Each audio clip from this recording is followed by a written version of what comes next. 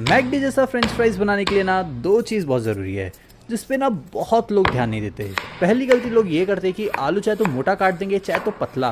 एक बार पतला चल जाएगा लेकिन मोटा मत काटना, क्योंकि मोटे फ्रेंच फ्राइज कभी क्रिस्पी नहीं होते। और दूसरी गलती लोग आलू को फ्राई करते टाइम करते हैं। तो देखो, सबसे पहले मैंने क्या किया कि आलू को काट के उबलते पानी में 3 से 4 मिनट के लिए डाल दिया है। फिर उबलते पानी से आलू निकाल कर सुखा देंगे और सीधा डाल देंगे तेल में। पर आलू को किसी सूखे कपड़े या टिश्यू से ना सुखाना जरूर, वरना गर्म तेल में जाने के बाद तेल फटने लगेंगे। तो इस चीज का जरूर ध्यान रखना। तो फ्रेंच फ्राइज बनाने के लिए ना आलू को मैं 2 बार फ्राई कर रहा हूँ। 2 बार फ्राई करने से ना फ्रेंच फ्राइज क्रिस्पी बनते हैं। और जैसे ही हल्का सा लाल रंग आ जाए इस तरह, इसे निकाल कर हम इस पे डाल देंगे चाट मसाला या पेरी पेरी मसाला। फिर टमाटो केचप के साथ